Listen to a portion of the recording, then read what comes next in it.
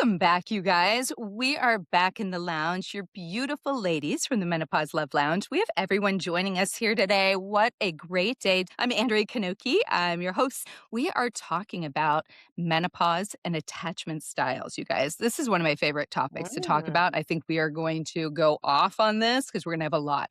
We're going to talk about why anxious and avoidant patterns seem to be hitting harder in midlife. Ugh. A lot, right?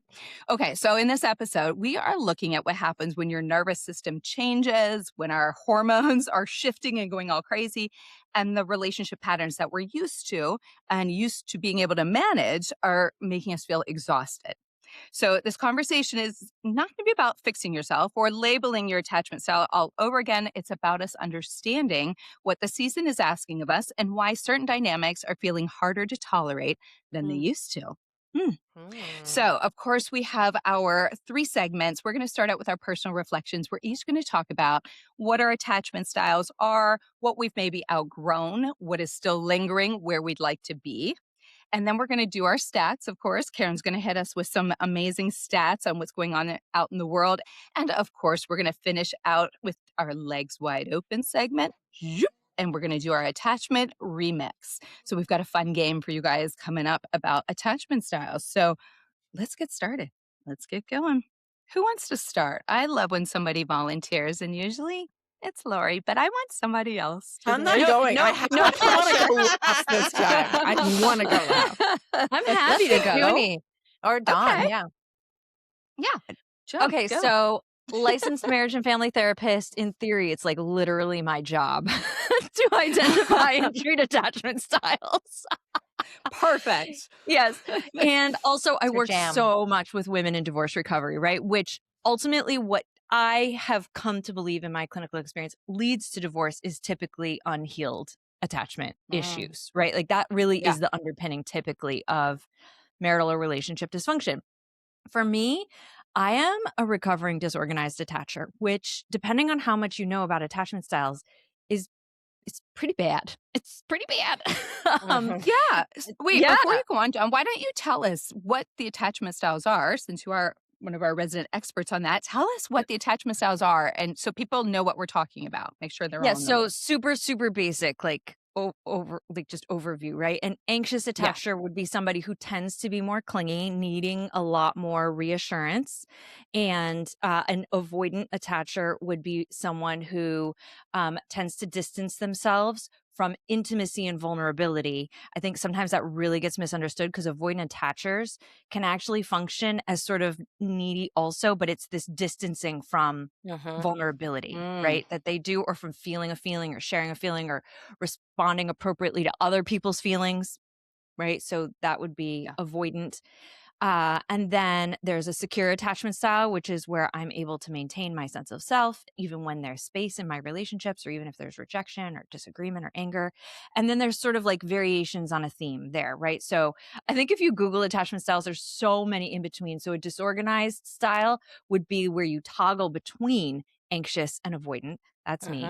That has also been associated with, I'm going to say something really sort of vulnerable to say, but that disorganized attachment style has been associated with personality disorders like borderline personality, right? This push and pull, push and pull.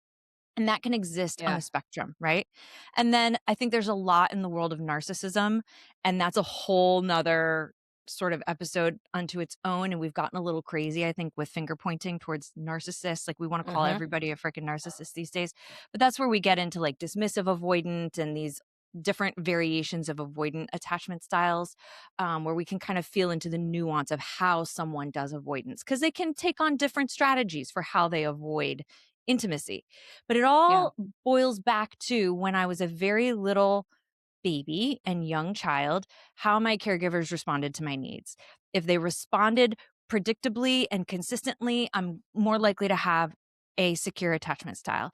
If they didn't, if they were not responsive, or if they responded and they were anxious, or if they responded and they were angry, or they responded and it was all of that, like depending on how your caregiver responded would inform how you developed in terms of your strategy tolerating other people's emotions and other people's feedback. right? And then it becomes Wow. part of our early Yeah. childhood brain map, and it's a tough thing to rehabilitate. But I, of course, have developed a strategy because it's literally my job. And I was aware of my own challenges with it, and I wanted to be free of it. And so I am. Um, Woo! Mm, That was so well done. it's Just, amazing. Yep. that was great. Well that said. that said, it's probably one of the biggest things I've tackled in my life, right? And I found that lots of like embodiment techniques like yoga and nervous system wellness and like getting good sleep and all that helps, right? And then talk therapy can help you sort of identify your patterns, but I noticed that it didn't help actually treat the underlying issue. And so then I got into things like EMDR, which helped to an extent. But when we're talking about early, I really want to put this right here with like an underline. When we're dealing with early childhood attachment style stuff, EMDR and various types of treatment like that can sometimes fall short. So to anyone who's listening and said, "Oh, I did trauma treatment and it didn't work for me," it's because it's so early on in your development. You can't remember how the thing came, and you're maybe more disassociated, maybe more a little emotionally numb or disconnected or whatever it is. And so I got into EMDR, I got into all these different types of things, and in the end, it was all of it that helped, right? It wasn't any one thing. Yeah. It was a lot of things that helped. But homeopathy, I would say, is the thing that pushed me across the finish line to where really like, oh, I know who I am. I know who loves me. I know, I can spot other people's responses now and be like, oh, that's legit theirs. And Yeah. I can be okay even if they're not okay. So, Mm. that's about having Wow. a sense of self, right? Like that, if you've ever heard of internal family systems or parts work, when you can sort of maintain your own identity or sense of self, even when somebody rejects you. So that's typically what would happen in the past. So like people pleasers, someone rejects you and your identity sort of collapses, and all of a sudden you're trying to people please to keep people happy, to keep them from leaving. Um, right? That's all attachment wounding. Mm. Mm.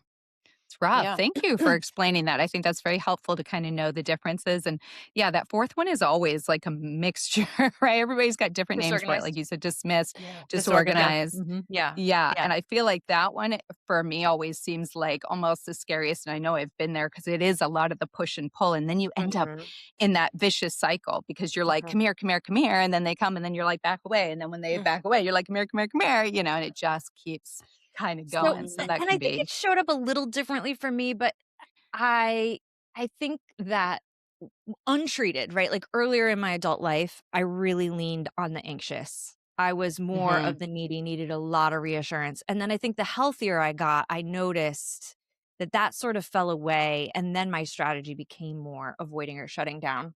Mm. So it's interesting. Phases. Interesting. Yeah. Yeah. Yeah.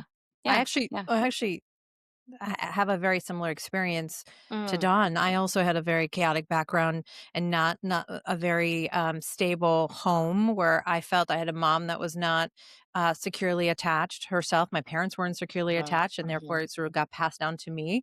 And so I was very much in the anxious when I was younger, and as I got older, I noticed that I was leaning more towards the disorganized. I was more, it was the push and pull.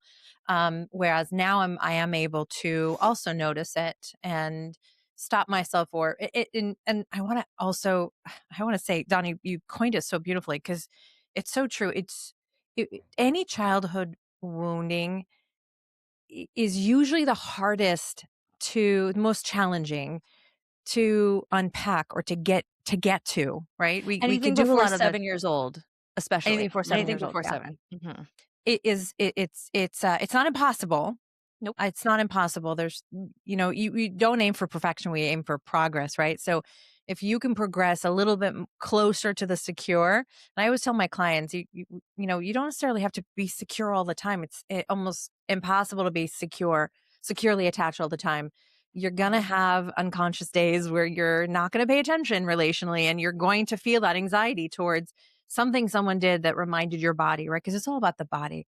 That's right. And to me, the kind of work that does work and helps is anything nervous system related. Any nervous system regulation tools tend to help. And now being introduced to homeopathy and the remedies that Dawn is speaking of, uh, in combination, it That's right. really supports the nervous That's right. system and gets you to a place of, because oftentimes if you're doing just the nervous system regulation tools, breathing, walking, whatever you might do to get into your body, sometimes it's not enough. It doesn't penetrate to Yeah. the lower layer of where you need to go to be relationally healthy.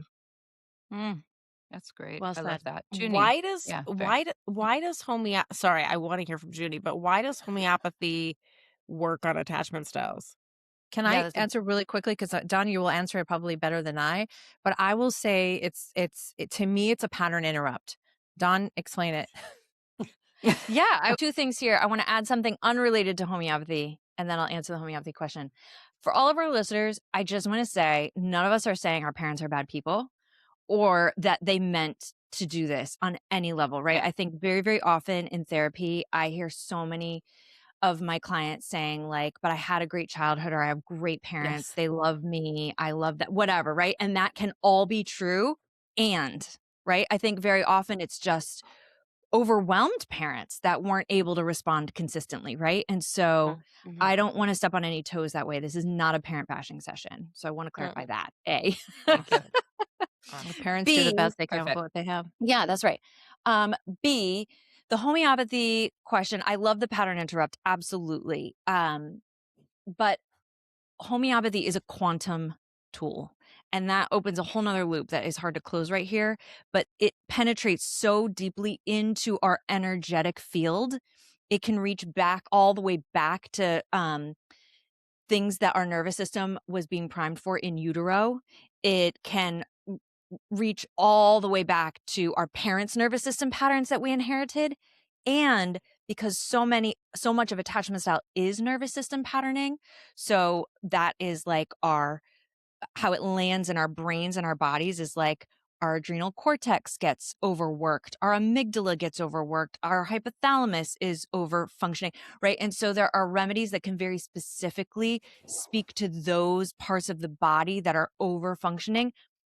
Also, with avoidant attachment, we see that there's underfunctioning in certain parts of the brain, and homeopathies can so profoundly stimulate those parts. So, like, it can reach all the way back in the timeline because it's an energy medicine, and you don't have to have remembered or no, right? Like, you Right. don't have to reprocess it, and then it has such ways of targeting both Yeah. overfunctioning and underfunctioning energetically. Yeah, Because the reprocessing sometimes will actually get you further. re-traumatize. Yeah. Yeah, Yeah. And a lot of Wow. practitioners, don't understand that. yeah, Thank you you for have to be saying it. really Yeah. What brings it don't they deeper. understand? What don't they understand? Going What? back in the past to the initial wounding and staying there actually drills in the original trauma, Reinforces it. reinforces it. without the proper Interesting. practitioner that knows how to get you Get through you it or out. out of it. Yeah. Yeah. Yeah, because what we focus on is what we get, right? What we repeat, what we rehearse is what we repeat. And so, Yes. so many people don't understand that from that perspective, talk therapy really is not helping us that much, right? It's great when we are wanting to sort out our lives and sort of make sense of things and maybe make meaning from some stuff. But then if you keep going to talk therapy and revisiting these same patterns, you're really just reinforcing those early pathways that are already so difficult to treat or reach. And so this is not a popular thing that I say. It is gaining popularity. People are really starting to understand. But people get really attached to their therapy. Yeah. It's nice to talk about yourself. Yeah, right? Get some attention. Get some attention you didn't get when you were a kid. Yeah. That's But we know That's so right. much about ourselves, but it doesn't move the needle. It's like, It okay, doesn't great. move the Now I needle. know everything, but why haven't I changed? Because we haven't gotten to that place. That place. Yeah. All right, it's my Junie, tell us turn. where You you're keep at. asking. Yeah. You keep Junie. asking. Quantum girl. Quantum girl. Yes, I just came back from Dr. Joe in the quantum. So here's an interesting story. So my work that I do is in shadow work, which has parts. And so I was doing a lot of parts work for years, and I was focusing primarily on the loss of my dad when I was 14. And I thought that's what created most of my anxious attachment in relationships. It was always, where are they going? And feeling like anything that I had a sense of abandonment or loss or being left, it was just so intense for me for many years. And then I started digging into the shadow work because that was therapy, figuring stuff out. And then I was doing more of the parts work. And I suddenly had this breakthrough moment that when I was 1.5, 1.5, my Hmm. mom got really, really sick. And for 2 years, she wasn't around. She was in bed for Mm, 2 years. I had a caretaker. Wow.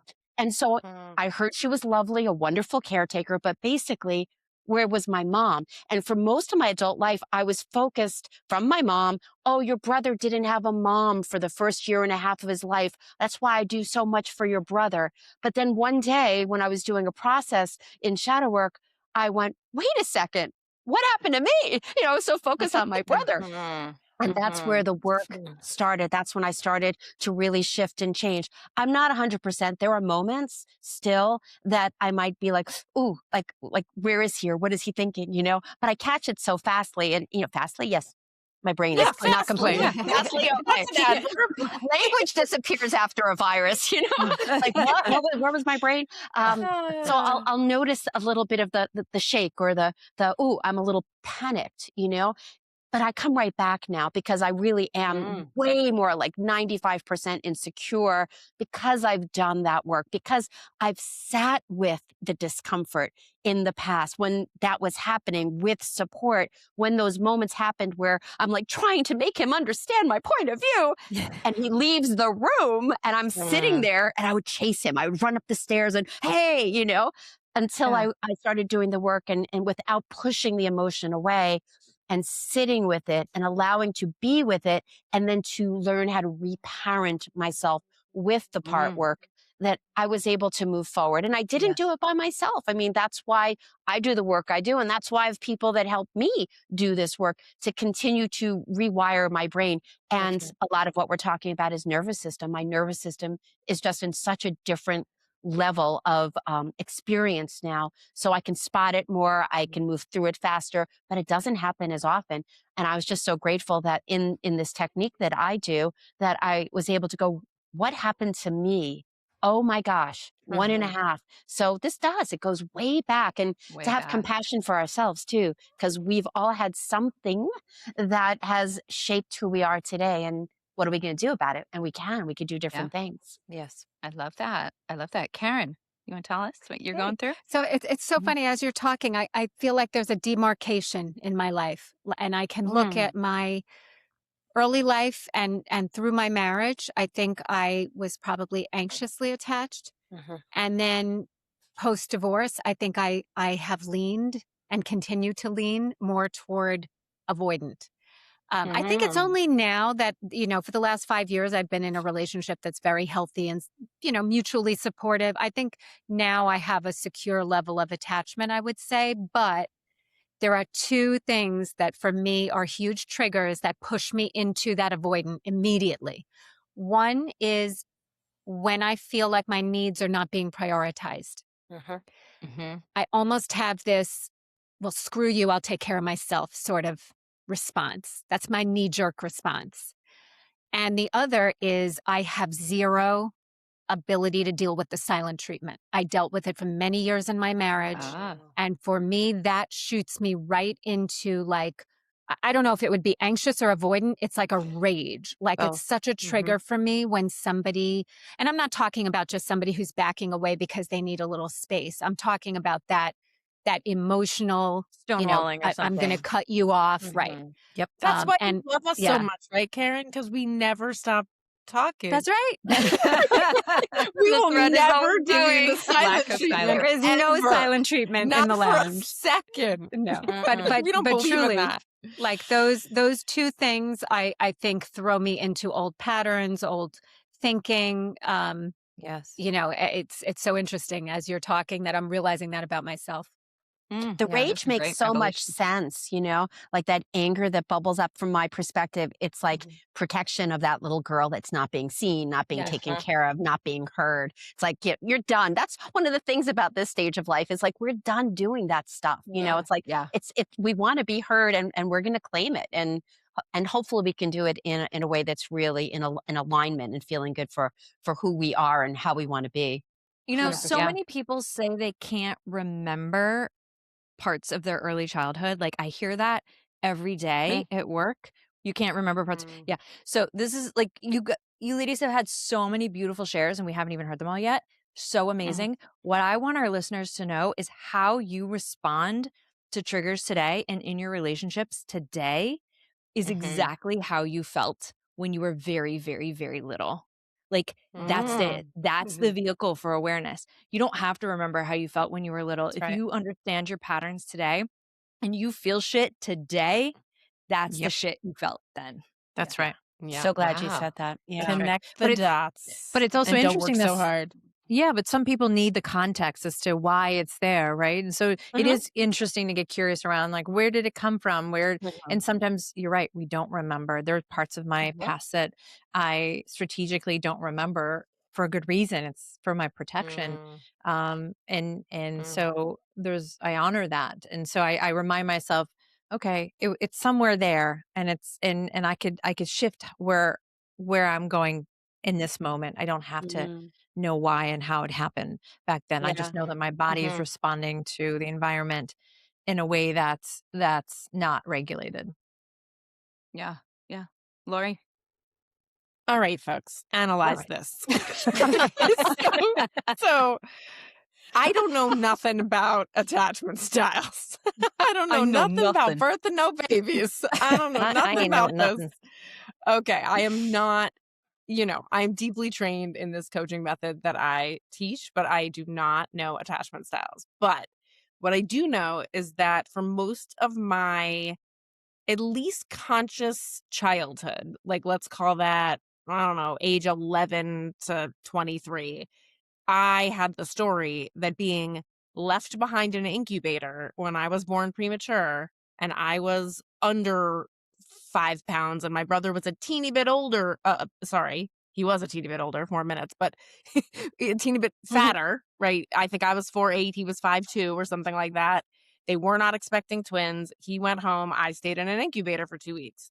And Wow. for most of my life that I can remember, that was my original abandonment and my original wound. But I don't actually remember that, first of all.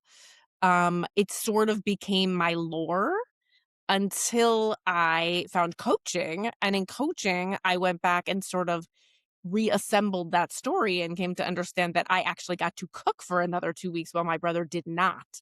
And in fact, it explained a lot of advantages that I had in life.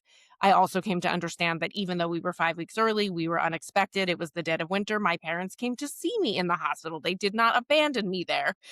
And that I was cared for and kept warm. And so I reshaped that story to be one of empowerment and one of actually luck, right? Like Advantageous. I never looked at it like what did my brother experience going home to this apartment that wasn't ready for twins in the dead of winter, smoking parents, teeny tiny, right? Without his womb mate, right? And when I look at our lives, I also see, two very different kind of trajectories of life.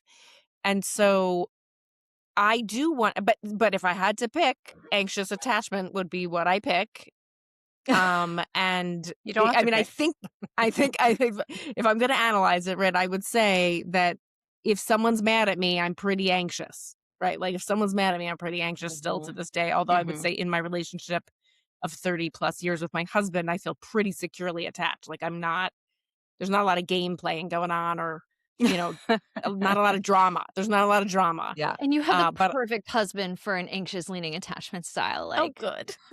Glad I do feel like I picked well and You worked did. hard to keep it good. It was not always easy. I did have to do a lot, like you all, right? I had to do a lot of work on myself to feel that I deserve that and to continue to nurture that. But I'd be And you still curious do the what work. y'all. Yeah, I do on a day to day, very continuous basis. But I would be curious what you think of such a young incident like that and how that Yeah. shapes attachment. I would love to pop in here for a second and just say that, again, just because we may not remember something doesn't mean we didn't have an experience. And I love the reframe of the empowerment and what was it like for him and my parents came. And with that said, you had a womb mate for a long time. And suddenly, not only is he not there, you are in a incubator by yourself, and that on some level I can only assume affected you on in a way that's like you're alone. Your nervous system, the comfort, you're alone, and I think that's the setup for what's happening. And so when there's conflict, to me it makes sense that there's going to be oh my gosh, I'm going to be left, I'm going to be alone, and Yeah. have that anxiety. I mean, without knowing Yes. attachment I can theory say a lot, that's what that I'm makes sense. experiencing to this day at 51. Is that it Yeah, it seems to makes be sense. what I feel whenever anybody is late, doesn't do their homework, doesn't respond the way I want them to. I am Talking about abandoned. us. I am alone. It's And not we're just doing you. a session could be together, talking It's so about not just us. you. It's yeah, everyone. It's not yeah. just you. And we're doing a Well, session together soon, so I'm excited to maybe, even play in that arena. I'd like to help you. But anyway, that's beautiful, honey. And you said Beautiful to something see that. interesting. You're like, you may not remember what happened because you were young, but your body remembers, right? Your Exactly. body experience. Because we're energy. And so your body is an energetic space, right? Experience that. And so it becomes something that's stored in the subconscious, and then you carry that And with I you. think both things can be true, right? Because I heard you frame it, Lori, like this was a benefit to me. I got to keep cooking and I got consistent care. And I think that can be true, right? That all of a sudden you were alone, but with consistent care, and your brother got inconsistent care and also felt alone, right? So I think your reframe can be spot on. Beautiful. Plus, it also was still a breach. You know what I mean? Like an attachment. You know what? breach. I always thought of it as my parents abandoning me, Uh-huh. but I probably think my brother abandoned me too on some Yeah, level. Like I absolutely. never Yeah. thought of that because we Absolutely. really were, Yeah. I mean, literally Yeah. sharing a womb for 9 months. Yeah. By the There's a way, my lot. first child was in an incubator as well because that's how lineage Like, works and yeah. weird spiritual lessons work. And that's when I really got it that my parents did love me. Didn't. Yes. They did not abandon not me. I abandon did not abandon my child in an incubator. And that's in your Yeah. head. And now Yeah. in your body, there's some work to be Right. had because, like you Right. said, you still feel these things on some level. Right. And the universe Yeah. gave you an opportunity to heal that by giving you a child that Yes. ended up in an incubator, so you could 100%. experience it from the 100%. perspective of the parent. So it's so beautiful. It was a beautiful moment where I looked at my mom and I was like, oops. I get it. Yeah. Andrea, tell Thank us. you for sharing that.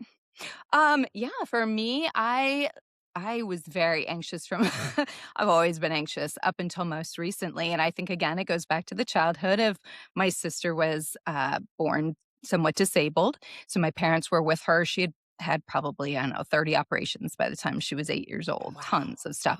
So they were constantly in one hospital with her. And then when she was 7, I was 4. My brother was 10. My brother was in a car accident, forgot which bike he was riding. He had 2 bikes, one with handle brakes, one with foot brakes, forgot which one he was riding, went right into an intersection, hit by a truck, and flew 6 feet in the air. So he was in a coma for 3 months, and he's partially brain dead. So, yes. So at that time, if you think of that, my parents are just going back and forth between the hospitals. They're in 2 different hospitals. I'm just being dropped off at the babysitter, anybody who could take me. I went to kindergarten when I was barely 4 years old and just kind of put in there, to help with that. So I think a lot of my anxiousness comes from that. Like, when are they coming back? Are they coming back for me? And so fast forwarding to now in my dating years for the last 8 years, very much in the beginning of dating was a very anxious attachment of I wouldn't hear from them for, half a day. And I'm like, why isn't he texting me? He doesn't like me anymore. Immediately looking at a text message and skimming to the bottom, expecting the thanks, but no thanks. And so it was just this constant thing that I was going through. And then I just found a way to settle in my singleness. I guess I started reading books. I loved, Single is Your Superpower by Case Kenny. I just started reading all of these different books about being okay to be single and helping myself to become more in a secure attachment. And so I've been working towards that. And lately, I've really recognized it in myself just from the fact that I enjoy being alone now. I can sit by myself and really enjoy the benefits of being alone, whether it's my remote control, my snacks, my movie, my gummies, whatever I want it to be. I can really enjoy that. But at the same time, I love the company of a man in particular, but people in general. I really enjoy the company of that. And I found this incredible balance somehow. And it's interesting to see somebody else, if I'm dating somebody that is now anxious, it's so obvious to me and so apparent. And I'm so grateful that I've been able to kind of push through it, but I'm also grateful that I have experienced it. And it still rears its ugly head many, many times. And I think I go into a little bit of the dismissive avoidant or the disorganized, where I am like, oh, I got this. And then, wait, why hasn't he called? And then you want to go back, a little bit. It still comes out a little bit, but it's been nice to feel the growth. I think that's the most rewarding feeling, is to feel like you have done something to change that.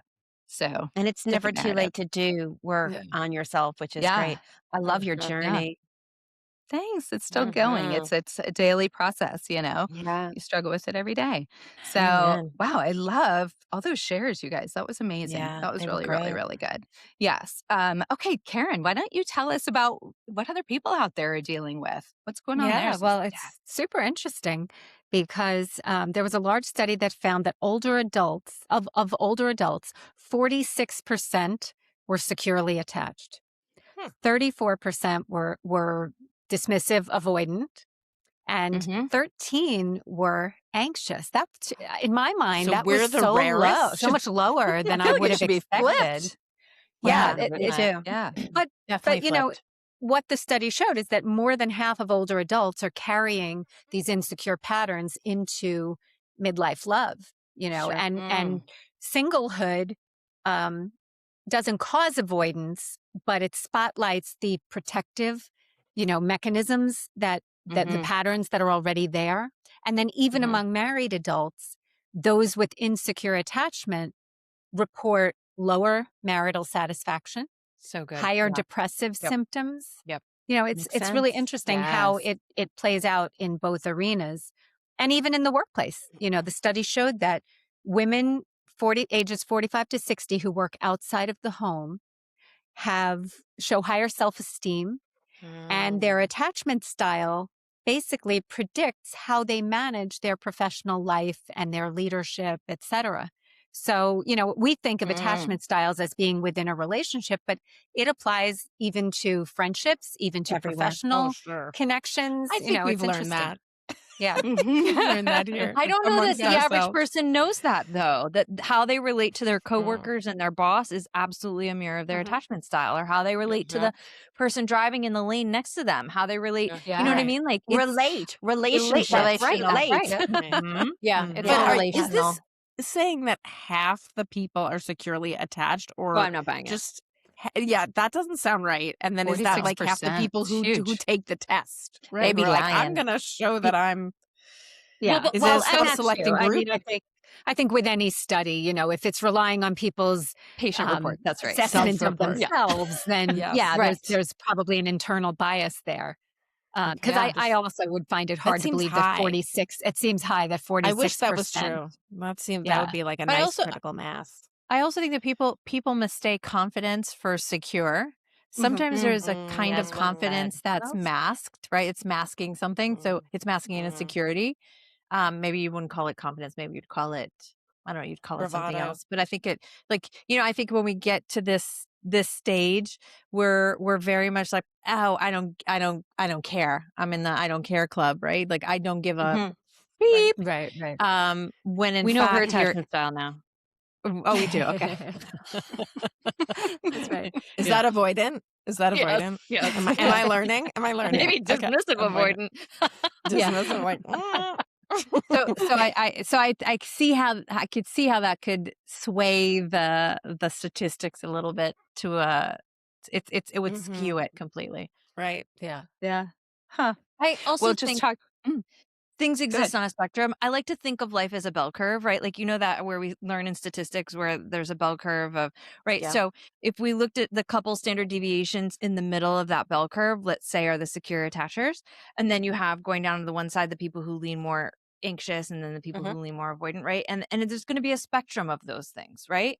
A spectrum. And I think, if we look at life on a bell curve, 46 is high. But that it's not like a rubber stamp, like, oh, this is you, and then you're stuck in this slot, right? And I have found clinically that when I'm working with people who have had children, very often that ends up being massively reparative, right? Those of us who have had children, it repaired because in nurturing those children, it nurtured parts of us, right? I don't know why that didn't happen with our parents' generation. I don't know how that didn't translate down to us. That confuses me. But with our generation, I have experienced that. Let's say I'm treating a woman who's just married and doesn't have children, or and it doesn't just have to be a woman, it could be a man, but she hasn't had kids yet. Like, it is much harder to help someone feel what a secure attachment is when they haven't experienced secure love with any human. There's something about having a baby that facilitates this experience of secure love and bonding. That's, it alters your brain and your nervous system. When you give birth to a baby and you do skin to skin contact, your amygdala changes size forever. You know what I mean? It literally changes your brain. Yeah. And chemicals and hormones. Yeah. Oxytocin. And I think for the generation issue, I mean, our generations are so different when we think of where we are today and where our parents were back in the day, right? They were, at home taking care of their kids. They weren't really allowed to do all of the things that we can do today. They didn't have any kind of the freedom that we have today, or even to get the help that we can get today. That wasn't there. So I don't think they had all the tools that we have now to be able to do that for our kids. Or the permission, the- or the perception that they had permission, or Yes. And interestingly, we haven't spoken about the difference between men and women. I'd be interested to hear the statistics, because I think that's also shifted. I think it was kind of assumed that the men are the avoidant and the women are the anxious. And I would bet that it's actually swinging the other way right now. Well, these stats, by the way, are not just women. The stats I gave you are older adults. So it's Gotcha, men okay. and women, Okay. which might also explain the 46% a little better. Okay. Yeah. Makes sense. And also you have to think that men, I would definitely agree with you on that, Oz, that more men are anxious, but it's because women are coming up, right? We have so much power. We have so much we're so different than we used to be. And now I feel sad for men sometimes. Not sad. I don't want to say sad, but I feel sorry for them. It's kind of a no-win situation for them these days, because they want to be, the man and take care of everything and open your door. And then there's the women who, are like, no, I don't want you opening my door for me. We've got our acts together, and we're Yeah. older, and we don't need are that. successful, and we don't need them as much as we might have needed them at a younger age. Optional. Yeah. So they would have this more anxious because they're trying so hard to do these things and keep you at times. They want to, keep you around, and worried they're going to lose you because we're so independent as well. Or the opposite. Or it could cause people to say, well, then forget it. Right. Yeah, no room for me. Might as well leave. Yeah. Yep. It's interesting. Yeah, absolutely. So very interesting. I also read that dating apps are now prompting users to list their attachment style right alongside with their height and their hobbies, which is interesting, because I think it's all subjective. I don't think I'm going to, of course you're going to say you're secure. Like, what are you going to really write that you're anxious, attached? No, that's just a absolutely. place to lie. They all write that, that they're emotionally available. Well, they're not. They write that they're looking for a long-term relationship. Well, they're not. So who's going to be the one going, I'm so anxious all the time, I'm going to drive you nuts by calling you all day long? Swipe left, girlfriend. Drive you nuts. I'm basically a stalker.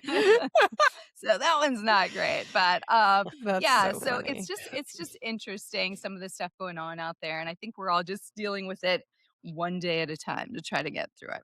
So, anything to add to that before we move on, ladies? Yeah, very good. We're all so secure where we are right now. I love. All right, moving on to our last wide open segment. Let's play a game. All right, so I'm going to ask each of you an attachment trigger scenario. And you are in your emotionally mature midlife woman phase. Okay, so you're going to answer it in that kind of way. Got it? Okay, so I'm going to mix them up. Junie, I'm going to start with you. Okay, so your man pulls back after an amazing weekend. So looking at this, Junie, from an angle of you don't totally know him, but he's not brand new to you, but he pulls back after you two have had an amazing weekend together. What's your midlife woman power move in that case? Well, if I'm in my secure place and I'm empowered, I'd be curious as to where he's at and what's going on. But I would kind of give him a little space and maybe give him a text and say, hey, just thinking of you. Hope your day is going well. I mean, I wouldn't be hounding him. I wouldn't be knocking on his door. I would just kind of give him a little space and see what's going on. That's what I would do. I think that's a very good power move. Okay, Ozzy, same thing, same kind of guy. You see him active on Instagram, but he's not replying to your text messages you've sent. What does a secure you do? Well, as I mentioned before, I'm not always secure, right? That would also 100% activate me. And so I would check in with me first. I would check in with my nervous system. I would use my tools. I would get into my body. I would find a way to regulate myself. If I needed support by calling a friend, I'd call a friend. And then I would decide from there. I'd never make a choice from a dysregulated nervous system. Great. Oh, I So love that. grown up. Yes, let's underline that. Wow. And then once I feel inspired. I don't even have to get to fully secure. Then if I feel regulated, just a little bit more regulated, then I ask myself, okay, what's the next best move for me? And then sometimes it could be just to reach out. But I always ask myself, am I reaching out because I need to close the gap because the anxious part of me needs to close any space? Or am I reaching out because I'm really genuinely thinking of him and want to check in? Exactly. Right. So I just check in, always check in with myself constantly. And then I go from there. Very good. Very good. Okay, I love it. Karen. Yeah. Okay, so you catch yourself rehearsing the perfect message for like 20 minutes to this guy. How does the secure Karen press send? What do you do? Well, I agree a little bit with, not a little bit, I agree with Ozzy that I think, if I'm laboring over a text message for 20 minutes, I'm not in a regulated place. So I think first step would be to check in and figure out why I'm, reacting this way. That's not, in my mind, a normal, quote unquote, normal reaction.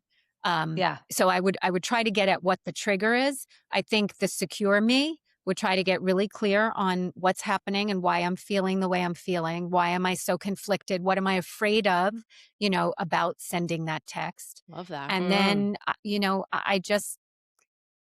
I would hope that secure me would just say, okay, let me be clear above all else. Like, let me be authentic and clear, and however it lands, and I have no control over that, and I'll deal with that when it happens. But I think my priority would be to honor myself and just be as authentic and as clear as I could be in that communication, and then just hit send and let it play out the way it plays out. Amazing. Awesome. Word. Love it.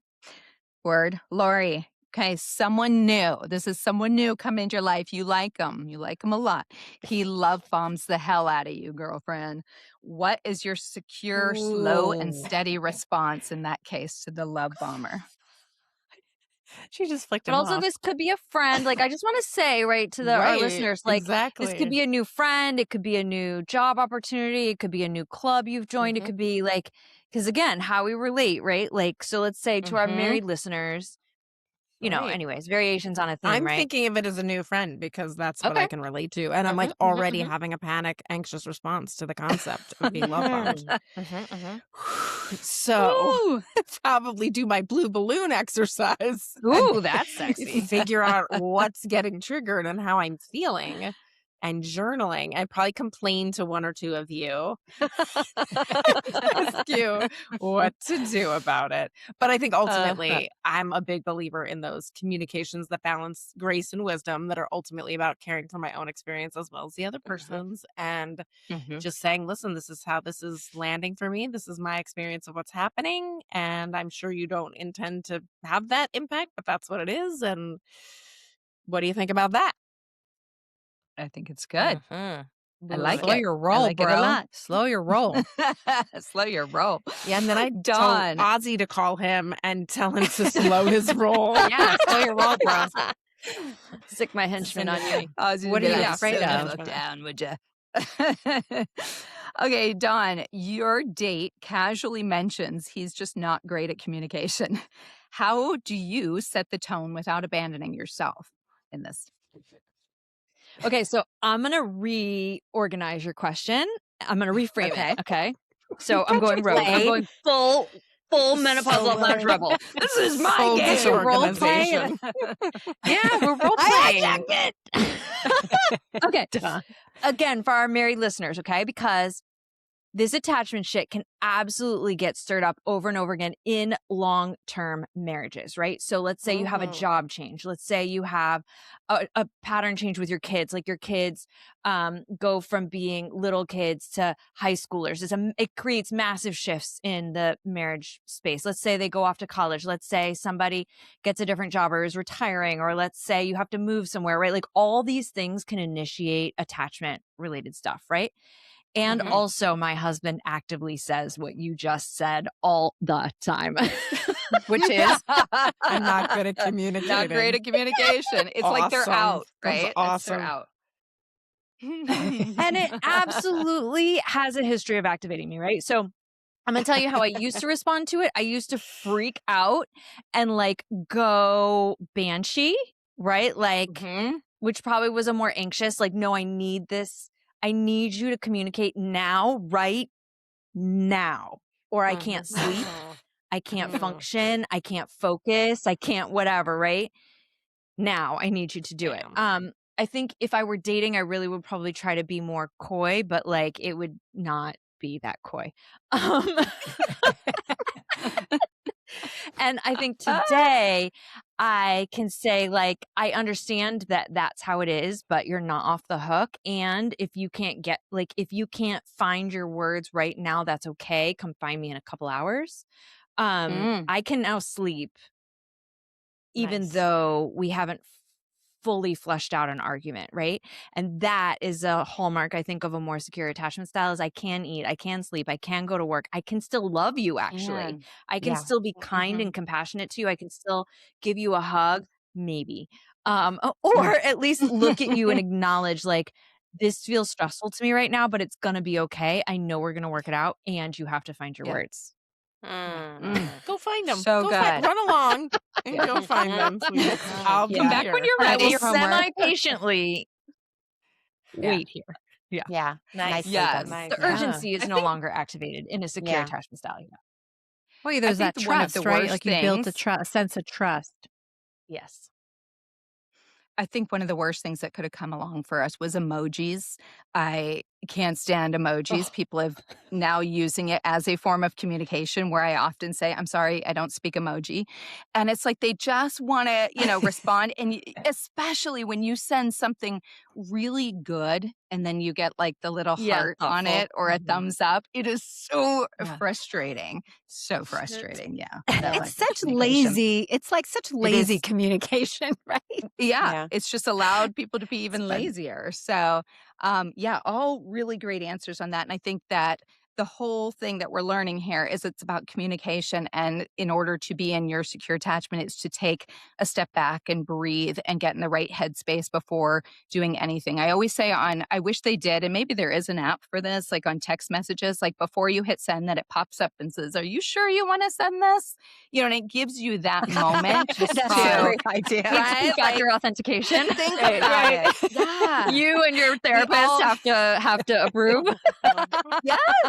I think it would be so brilliant because how many times do we just Yeah, we send it and then we're like, "Oh, why did I send it?" And they've created that undo send button for us, but when they've already looked at it, sometimes it's too late.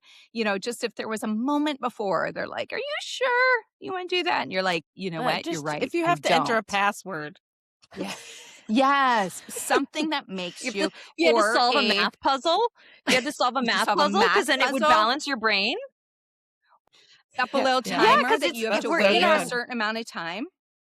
Mhm, we're onto something. A Yeah, waiting the period. math These are thing is great legit though, hacks. because when we want to send those reactive texts, we're down here in our low lizard brain. If you're not watching on YouTube, you Right. cannot see me pointing at my brainstem. Your little lizard brain. But she is. It's a She plug for is. YouTube. But when you have to do math, you get up here in your top brain, your smart That's so brain. And it's like, oh, good. wait. Good. Some insurance companies will make you blow into a device to start the car. Maybe there should be some sort of device that has To use you your phone. to use your phone and to respond So to good. No, a like it would triggering just take text. your heart rate Yeah, or it's your like, pulse. you Right? are not Like, in the right is she space. regulated or Right. not? Man, Right. someone call Shark Tank. We're on to We are something. geniuses. I know. We are This so They need to smart. build it into the definition. aura ring, you know. Right. It's Oberman. Can I send this text? What is it saying? If you're not on YouTube, you cannot see Lori talking to her finger. my Yeah, I gosh, think so we're gonna funny. reinvent the real definition of blowjob for our phones, right? That's our last thing. You have to give it a good blowjob before you can hit send. Well, I love that. We have so much more that we could talk about on attachment. So there is really so much to touch base on and to kind of break it down. And we'll probably do that more throughout the season and going forward to really touch on them individually, and also to have some wonderful guests coming up, like Julie Manano with Secure Relationship, or Dr. Sarah Hensley. She is wonderful about talking all about attachment theory. So we would love to have, some people on that can join us in this conversation and really get into the nitty gritty of it all. So I think that's it. Does anybody else have anything to add before we close the lounge for the day? I feel secure. Good Twice. stuff. Everybody you feel feels really secure. secure. The legs are closed, and we are now closing the lounge for the day. If this conversation felt very familiar to you guys, we would love to hear from you. You can DM us your attachment style. We would love to hear what you guys are going through. Find out where that 46% is coming from, right? And Tell let the us know what truth. you're noticing. Yeah, tell us the truth. Let us know what you're noticing or you're going into, and if this space feels supportive. And if it does, we are just asking you guys to share the episode, leave a review, let us know how we're doing, and so that other midlife women going through the same thing can join us. So, with that being said, we thank you guys for joining us in the lounge once again this week. From all your ladies, we are here to say goodbye, and we'll see you next week. Bye. Bye.